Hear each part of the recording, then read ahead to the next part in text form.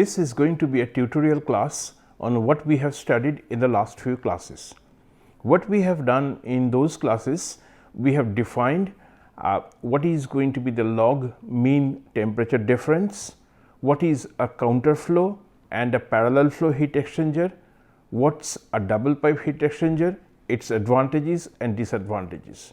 And while calculating the log mean temperature difference, we understood that if there is mixed flow, that is a flow type which cannot be categorized either as purely parallel flow or purely counter flow, which in many situations, for example, whenever you have multiple tube passes in a shell and tube heat exchanger or even in a double pipe heat exchanger, if the flow is across the tubes.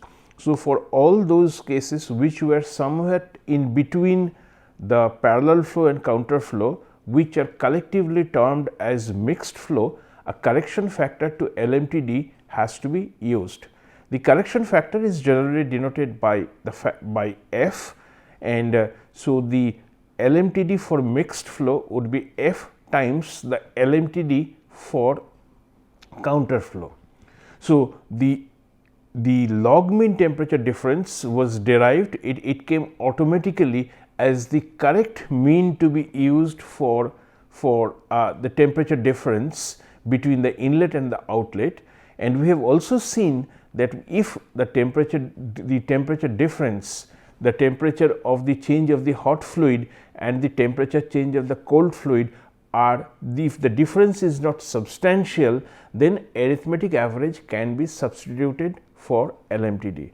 However, in order to maintain uniformity throughout our discussion, we will always use LMTD for all our calculations, because that is the correct average, logarithmic average, that is the correct average to be used for the temperature difference. We have also seen what a shell and tube heat exchanger will look like with multiple number of tubes, and in some cases there can be multiple shell passes as well.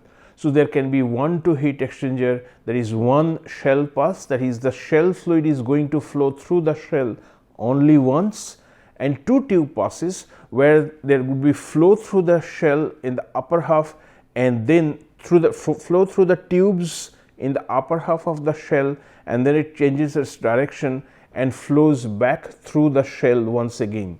So, the tube side fluid enters the shell, leaves the shell, comes back to the shell and then leaves once again.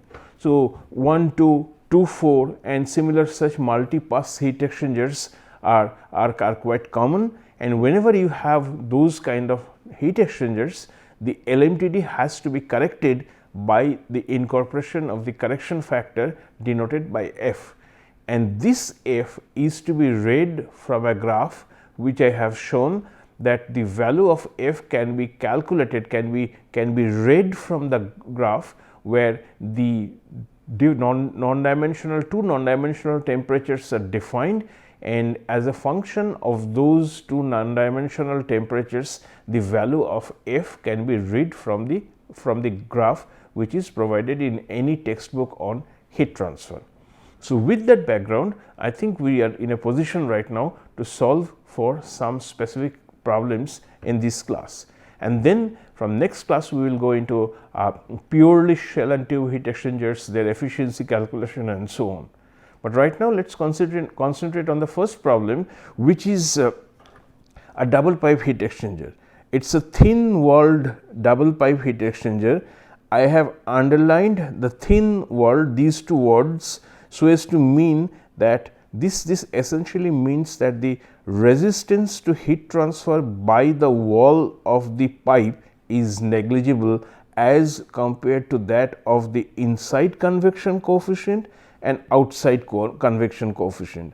I forgot to mention that we have also introduced the overall heat transfer coefficient U, which is just the algebraic sum of the resistances provided by the convection inside coefficient of the tube, the resistance of the thermal resistance, conduction resistance of the tube, and the resistance which is denoted by which is provided by the outside convection from the outside of the tube. So, normally it is a sum, the 1 by u, which is the overall heat transfer coefficient, would be equals 1 by Hi plus 1 by Ho. Hi and Ho are the inside and the outside convection coefficients, and another term which is due to the resistance of conduction through the tube wall. To this, we sometimes have to add the dirt factors, or the deposition on the inside as well as on the outside of the tube, which will provide additional resistance to heat transfer. So, those dirt factors are to be added, they act as additional resistances, and they are to be added to this relation in order to obtain the overall heat transfer coefficient, which is denoted by capital U. So, in this specific problem, it is a thin walled double pipe heat exchanger. So, we do not need to consider the conduction resistance, and nothing has been mentioned about the dirt factors. So, we will assume that these are relatively new or just serviced, and therefore, the heat transfer resistance due to these dirt factors, they do not exist. So, it is going to be a sum of only two resistances, one is the inside convection coefficient and the other is the outside convection coefficient. So, engine oil is to be cooled from a high temperature to a low temperature, and the coolant used is water. The flow rates of the, if you see the flow rates for each of them, that means for the oil as well as the water are provided to be 2 kg per second. The engine oil temperature is to be reduced from 160 to 60. The ID is 0.5 meter. The OD is unimportant, as we have mentioned it is thin walled. So, had this not been the case, then the OD of the tube would have to be provided with the material specified, such that we can find out what is the conduction resistance of the pipe, but that is not relevant over here. It is also mentioned the overall heat transfer coefficient is 250 watt per meter square per Kelvin. What you need to find out is what is the length of the heat exchanger, length of the double pipe heat exchanger to be provided, so that this heat transfer process is possible. In order to do that, first we need to find out what are the properties, and the properties can be found from your textbook. So, if I consider oil, the average temperature is the average of these two, and at that temperature the value of the heat, the value of the specific heat can be read from the table in your text or will be provided. For the coolant water, we do not know what is the coolant, we do not know what is the mean temperature going to be. So, we are going to assume an average Tm, average water temperature. Let us assume this to be 40 degrees centigrade. It is not going to matter much, you would see towards the end, and the coolant water is at 25 degrees centigrade. So, obviously, the temperature is going to be more, outlet temperature is going to be more than 25. So, I assume some Tm, which can later be checked with the actual value that you are going to get. So, this is going to give me a value of Cp for the cold water as 4179. First of all, I can find out what is the total heat transfer which is taking place. That is nothing but m Cph Thi minus Tho, simple heat balance. So, this would be m is given as 2 kg per second times Cp is 2260 joule per kg per Kelvin, and the temperature difference is going to be 160 minus 60 Kelvin. So, this value of Q would be equals 4.5 into 10 to the power 5 watts. So, a simple sensible heat change, there is no phase change which is involved. So, this would give me the value of Q. Now, when I do this, use this value of Q and apply it for the case of cold fluid, this Q is also going to be equal to m dot C Cp of the cold fluid multiplied by T C out minus T C I. temperature of the cold fluid at the outlet, temperature of the cold fluid at the inlet. So, since this is known to be 25, this value is known, all these values are known as well. So, the only unknown TCO can be evaluated from this as, and when you plug in the numbers, they are going to be, this we have evaluated just previously, and this would be 79 C. And now you can, one thing I would like to bring to your notice over here is the outlet temperature of the engine oil is 60 degree centigrade, whereas the outlet temperature of water, the coolant water, is 79 degree centigrade. Now, what does this tell us? Here we see that the outlet temperature of the cold fluid exceeds the outlet temperature of the hot fluid. And in our previous discussion, we have seen that if it is a case of parallel flow, the outlet temperature of the hot fluid can never exceed the outlet temperature of the hot fluid. Only if the flow is in parallel mode, only if we have parallel flow, it is possible to have outlet temperature of the cold fluid exceeding the outlet temperature of the hot fluid. I will draw those profiles once again, so that we are perfectly clear in our concept about why this has to be a parallel, a counter flow situation. So, if you remember this, if this is a parallel flow, the temperature of the hot fluid, and if this is x, and the cold fluid would be something like this, both are flowing in the same direction. So, the outlet temperature of the, so this is the cold and this is the hot fluid, outlet temperature of the cold fluid cannot exceed the outlet temperature of the hot fluid. However, so this is parallel flow. However, if you have this kind of a one in which one flows, these two are flowing in counter flow fashion, then the outlet temperature of the cold fluid may exceed the outlet temperature of the hot fluid. So, this is the hot fluid, this is the cold fluid. Now, here we have the outlet temperature of the cold fluid is 79, whereas THO is 60 degree Kelvin. So, since TCO is greater than THO, this must be a case of counter flow. This information is important, since we are going to use this information in finding what is going to be the delta T Lm. So, delta T Lm for this case, so we are considering this case, is going to be THI minus TCO, THI minus TCO, and THO minus TCI.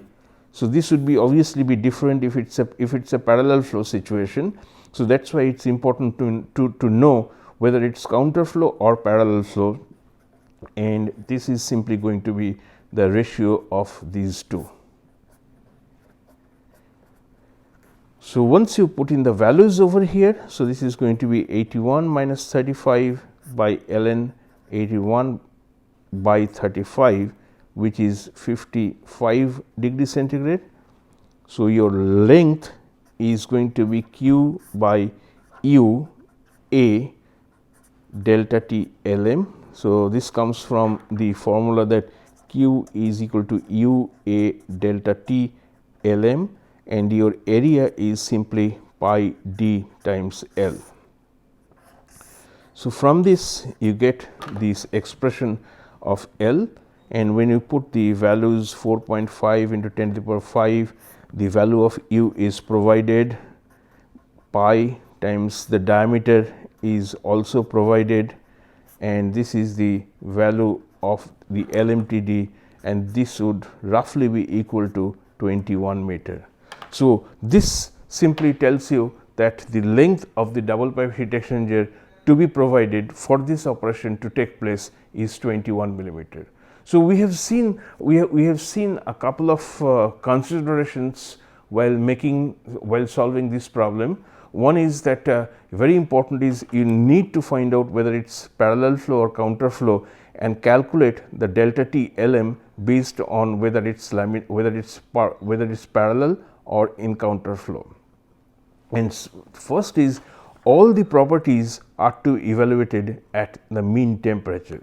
So, I have assumed the mean temperature to be 40, and when I calculate the temperature of TCO here as about 80, then I see that I exceed my assumed mean temperature to some extent. So, if I want to further refine my result, I need to use this value of the temperature and recalculate the value of CPC and do this calculation once again, and so that I get a better a more accurate result of L. But since the value of Cp of water is not a strong function of temperature, this would give me an acceptable value. So, always use the property at the average temperature, make sure whether you have laminar flow or counter flow, and then use Q equals UA delta T Lm by choosing the right expression for delta T Lm and find out the length or anything else which is unknown. So, in some cases maybe L would be known, you have to find out U. So, that is the first problem which we have solved in this class. The second problem is somewhat different. So, this is a shell and tube heat exchanger.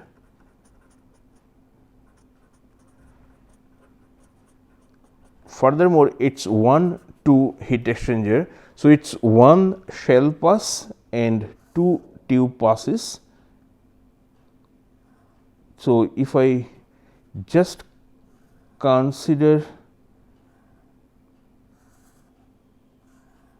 the tube, the shell side fluid is going to come in from here, flow in a tortuous path and go outside.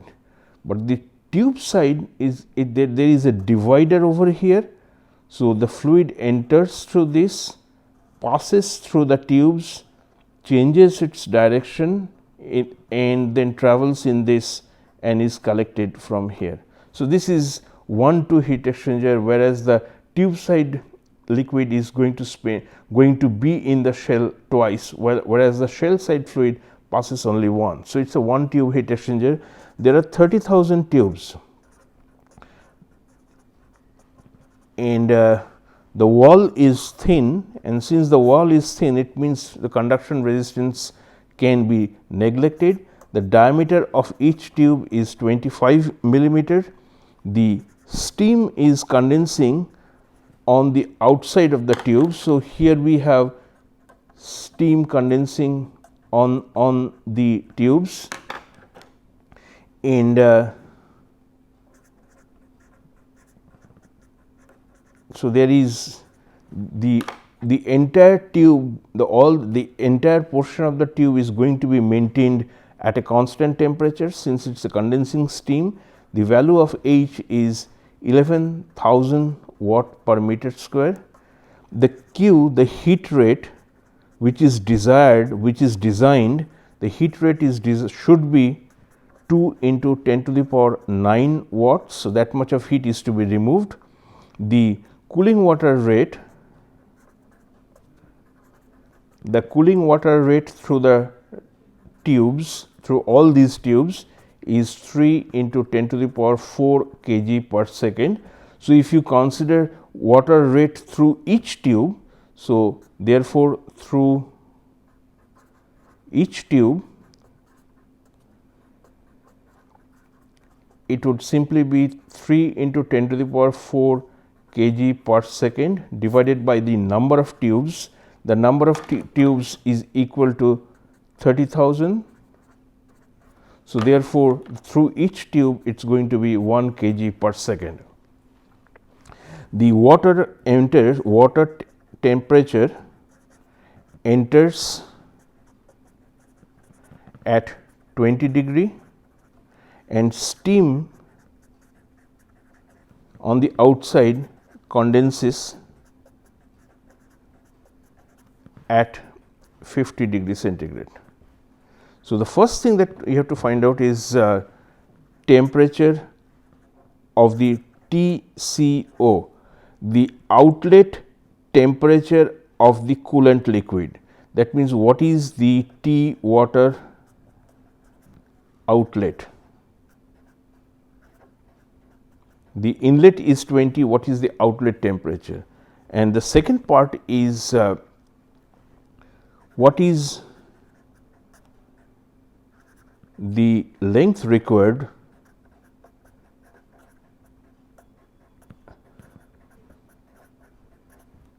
which is L, let us say, per pass. So, what is the length of the tube that is to be provided per pass so as to affect this kind of a transport process? The properties which are given are for water 4179 joule kg Kelvin, the value of viscosity is provided 10 to the power minus 6 Newton second meter square. The thermal conductivity is 0.613 watt per meter Kelvin and the value of Prandtl number is 5.83. So, this is a classic problem of 1-2 heat exchanger,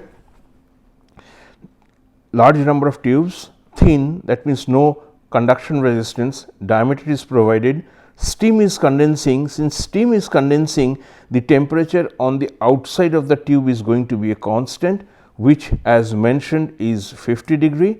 The value of the heat transfer coefficient is quite high on the outside. The heat to be removed is specified. The cooling water rate is provided. From the cooling water rate by dividing the cooling water rate to the by the number of tubes, I can find out what is the rate of water flow through each of the tubes. I need to find out what is TCO, temperature of the cooling water at the outlet, and what is the length required per pass. The physical properties, the relevant physical properties are provided here. The first part is straightforward. The first part is what is TCO, temperature of the outlet. So, this Q, the heat to be removed is m dot C, mass flow rate of water times Cp of water times TCO minus TCI. So, that simply from a heat balance. So, therefore, TCO would be TCI plus Q dot Q by m dot C Cp C. So, it is 20 plus 2 into 10 to the power 9 by 3 into 10 to the power 4, which is the mass flow rate. And remember, note that we have used the entire flow 3 into 10 to the power 4 kg per second, since we are making an overall heat balance. So, the total flow rate is to be considered, not the flow rate through each of the tubes. So, when you do that, this TCO would come out to be 36 degree centigrade. That is the first part. In order to do the second part, I am going to use this relation UA, the correction factor F times delta T log mean counter flow. This is what I was telling you, that the situation that we have over here is not pure counter flow or is not pure parallel flow. For this part, if we assume that the flow is taking place like this, so this is going to be both of them, the water and the steam, they are in the same direction, whereas the water changes its direction while coming back. So, it is not a case of pure counter flow or for a case of pure parallel flow. Therefore, this factor F is to be used, and this factor F, when multiplied by delta T log mean based on counter flow, would give me the actual temperature difference that is to be used in this formula. So, one of the tasks of this problem is to find out the value of F, but before that I find out what is the heat transfer area, is the number of tubes, and times L pi d. So, pi d times L would be the area of one tube. It is to be multiplied by n in order to ensure that I have taken all those 30,000 tubes in my calculation, and since it is going to be twice, it is going to go through the shell twice, a factor 2 must be added in here. So, L pi d is the flow area of one tube, N L pi d is the flow area of n number of tubes, and since the tubes are going through the shell twice, that is why the factor 2 is to be included to correctly account for the heat transfer area. And the overall heat transfer coefficient is simply going to be 1 by H I, the heat transfer coefficient on the inside, and 1 by H O. So, that's the, so this is directly from 1 by U is 1 by H I plus 1 by H O, the algebraic sum of the two resistances. So, this value is provided. I need to find out what is the value of the this value is provided to be 10 something, some value is provided for H naught as 11,000 watt per meter square. I need to find out what is this value. So, what is H I is to be found out. In order to do this, the first thing that one needs to do is find out what is the Reynolds number based on diameter. So, Reynolds number based on diameter, to find out whether it is a laminar flow or turbulent flow, by pi d times mu. So, 4 into m dot is 1 kg per second. So, this is for flow through one tube by pi times 0.025 meters, and times mu is 855 into 10 to the power minus 6 Newton second per meter square, and the value is going to be 59,570, which is definitely a turbulent flow. So, if it is a turbulent flow, then I can simply use Ditters-Boelter equation for finding out what is Nusselt number, which is 0.023 Reynolds number based on diameter to the power 4 by 5 times Prandtl number to the power 0.4, and this Prandtl number is provided as equal to 5.83 in the statement of the problem. So, once you do all these, the Nusselt number is going to be equal to 308, and H I would therefore be times K by D, where K is the thermal conductivity and D is the diameter. So, this H I would turn out to be 7552 watt per meter square Kelvin. Therefore, the overall heat transfer coefficient U, as per our previous formula of 1 by H I plus 1 by H O, the sum of these two resistances, when you plug in the values of 1 by H I as 1 by 7552 and 1 by H O is 1 by 11,000, this would turn out to be 4478 watt per meter square Kelvin. So, in the formula that we have just said that Q is U A F delta T L M C F. I know what is the value of U now. The value of A is known. The area is not yet known. The value of Q is known. This part is yet to be obtained. So, the next job is find out what is the value of F. Now, if you remember, if you see your class notes, the F is expressed as a function of two dimensionless number, two dimensionless temperature differences. One is T0 minus Ti divided by T of I minus T of I.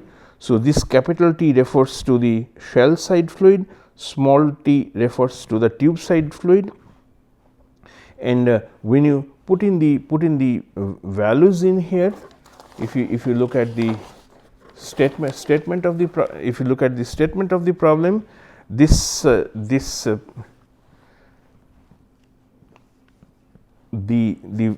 would be equal to 36 minus 20.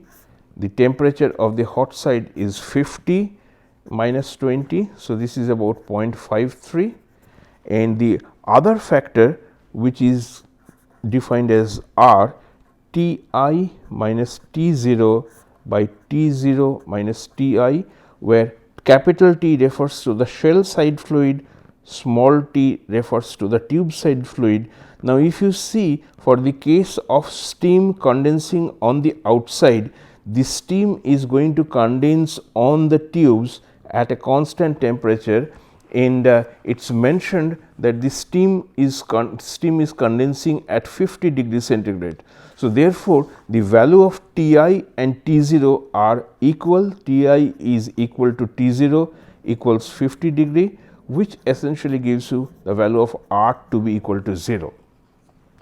Now, what you need to do is you have to see what is the corresponding value of F from the figure, and from the figure you would see that where F is expressed as a function of P and R from that figure, for a value of P equals 0.53, but for a value of R to be equal to 0, this would give your value of F to be equal to 1.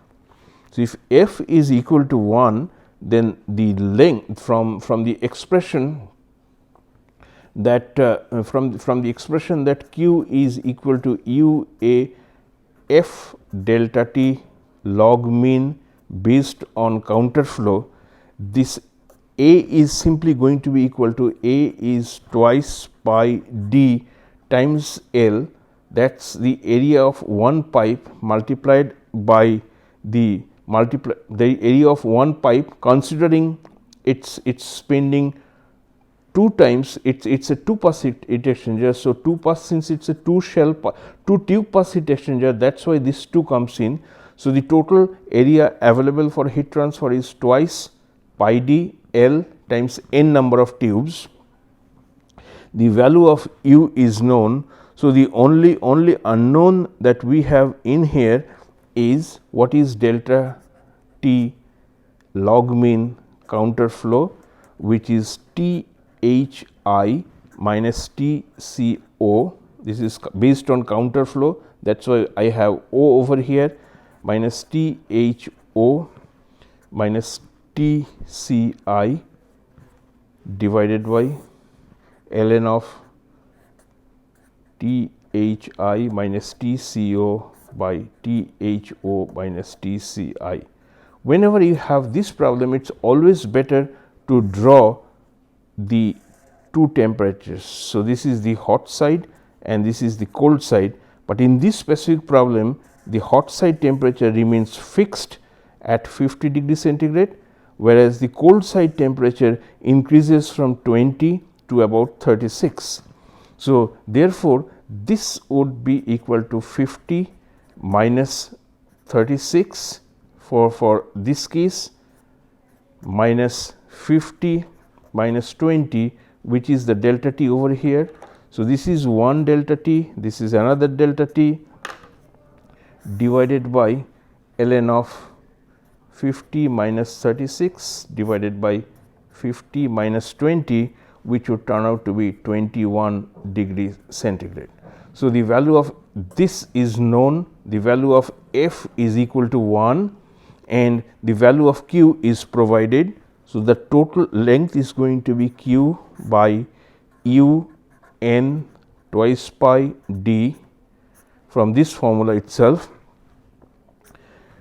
F delta T L n based on counter flow, and when you plug in the numbers 2 into 10 to the power 9 for the case of Q, for U we have evaluated 4478, for n it is 30,000, for 2 pi, and for d it is 0.025, and the log mean temperature difference F is 1 and the log mean temperature difference is 21.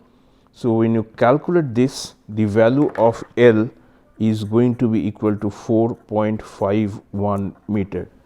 So, in order to have this heat transfer process, you have to have 30,000 pipes in a 1 to shell heat exchanger, shell and tube heat exchanger, So that means one shell pass and two tube passes with steam condensing on the outside of the tubes at a temperature of 50 degree, or rather maintaining a temperature of 50 degree throughout the length of the tube, with the heat transfer coefficient specified as 11,000. Now, if first you calculate what is the Reynolds number of flow through each of these tubes, that will turn out to be turbulent, and when this turbulent flow takes place through each of the tube, I can use a standard relation to find out what is the heat Nusselt number and what is HI, the heat transfer coefficient. So, the overall heat transfer coefficient can then be calculated, neglecting any dirt factor or neglecting any conduction resistance. So, that U part is done. The next part is to find out the right value of the temperature difference. The log mean temperature difference, since it is a mixed flow case, has to be modified by the incorporation of the factor F. So, we calculate F using the standard method, and we see that the value of F turning out to be equal to 1. So, next step is to find out what is the log mean temperature difference based on pure counterflow, and there we see that the shell side temperature remains constant, whereas the cooling water temperature increases from 20 to about 36. Find out what is delta T1, which is 50 minus 36, what is delta T2, which is 50 minus 20, find out the log mean temperature difference. So, using the formula Q is equal to UA delta T times F times delta T Lm, you would be able to find out, when you express the area in terms of the diameter, the perimeter and the length, you would be able to find out the length to be used in this shell and tube heat exchanger. So, this problem is a nice example of the use of LMTD, of the evaluation of H naught, and then finally using it through a simple heat balance to find out the one unknown, in this case the length of the pipes to be used for this case. So, in the next class we will see how we can design to go into more depths of the design of shell and tube heat exchanger.